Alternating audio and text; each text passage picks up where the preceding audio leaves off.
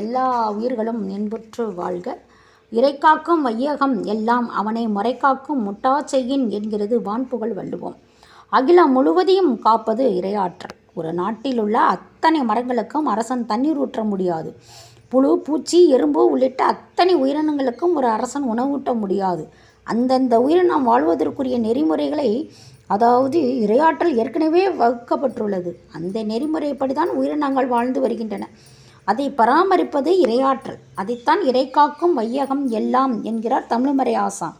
இதை ஒரு அரசன் உணர்ந்து கொள்ள வேண்டும். எல்லா மக்களுக்கும் எல்லா நலனும் கிடைக்கும் வண்ணம் தன் நிர்வாகத்தையும் நெறிமுறைப்படுத்த வேண்டும். முறைகாக்கும் என்ற சொல்லுக்கு ஆழமான ஒரு பொருள் உண்டு. வேண்டியவர்களுக்கு கிடைக்கும், வேண்டாதவர்களுக்கு கிடைக்காது. தன் கட்சிக்காரனுக்கு கிடைக்கும், மற்றவனுக்கு கிடைக்காது என்பது போல் பாரபட்சமாய் நடந்து கொண்டால் அது இறையாற்றலால் ஒப்புக்கொள்ளப்பெற்ற ஆட்சி அல்ல. அந்த அரசனும் இறையாற்றலால் ஒப்புக்கொள்ளப்பெற்ற அரசனும் அல்ல. நெறிமுறை என்று வரும்போது அங்கு விருப்பு வெறுப்புக்கு இடமே இல்லை. ஒரு வண்ணத்து பூச்சி தேனை உண்ண விரும்புது. உடனே இறையாற்றல் அமைத்துள்ள நெறிமுறை என்ன? அதற்கு மலர்கள் மலர்ந்துள்ள வனத்தை அது காட்டுது. கொசு அழுக்கை விரும்புகிறது. உடனே அது சாக்கடையை காட்டுகிறது இறையாற்றல்.